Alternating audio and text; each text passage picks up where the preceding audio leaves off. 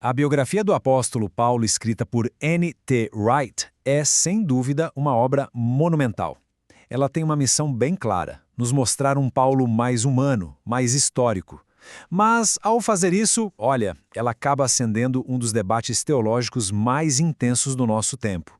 E é aqui que a gente já encontra a tensão central que o livro do Wright explora. De um lado tem aquele Paulo que parece um grande teólogo, escrevendo tratados super complexos. Do outro, o missionário, na prática, na linha de frente, agindo num mundo bem turbulento. O que o Wright defende é que para a gente entender o primeiro, a gente precisa, antes de tudo, encontrar o segundo. A missão do livro é exatamente essa, sabe? É como se ele quisesse tirar o Paulo de uma prateleira de teologia sistemática e colocar ele de volta no chão de fábrica da história, no seu contexto cultural e religioso. É uma tentativa de ver o apóstolo com os olhos das pessoas daquela época.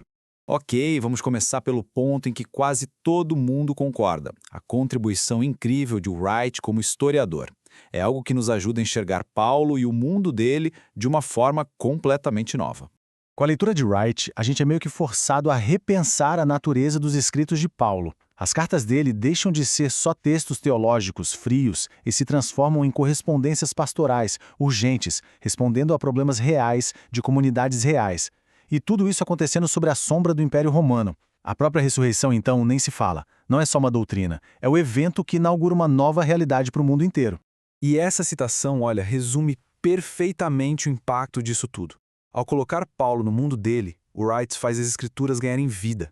A gente passa a ver um missionário, um pastor, alguém que sofreu, e não apenas um teórico. Isso torna a teologia muito mais acessível, mais relevante. Certo. Agora, a gente entra no ponto central do debate. É aqui que a reconstrução histórica do Wright encontra e desafia a teologia mais tradicional. Antes da gente avançar, é fundamental entender bem esse conceito. A justificação é a doutrina que responde àquela pergunta fundamental: como é que alguém pode ter um relacionamento correto com Deus? A resposta para essa pergunta, acredite, muda quase tudo. Então, o ponto crucial está todo aqui. A visão tradicional lá da Reforma foca numa espécie de veredito legal, quase como num tribunal. Deus declara o indivíduo justo por causa de Cristo.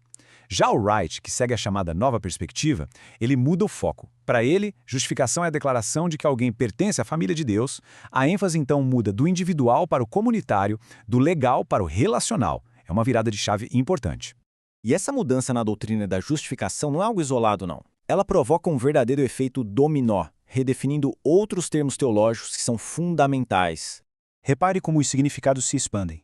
Fé deixa de ser só sobre confiança interna e passa a ser sobre lealdade pública a Jesus como o verdadeiro rei. O Evangelho não é só sobre como uma pessoa pode ser salva, mas é uma proclamação política, dizendo que Jesus, e não César, é o Senhor do mundo. E a salvação, deixa de ser só sobre o destino após a morte, para abraçar a renovação de toda a criação. E é aqui que surge a principal preocupação da perspectiva teológica reformada. Ao focar tanto nas dimensões comunitárias, sociais e políticas, será que não se corre o risco de ofuscar algo que é central para a tradição? Ou seja, a realidade do pecado individual e a necessidade de uma graça que reconcilia a pessoa com Deus?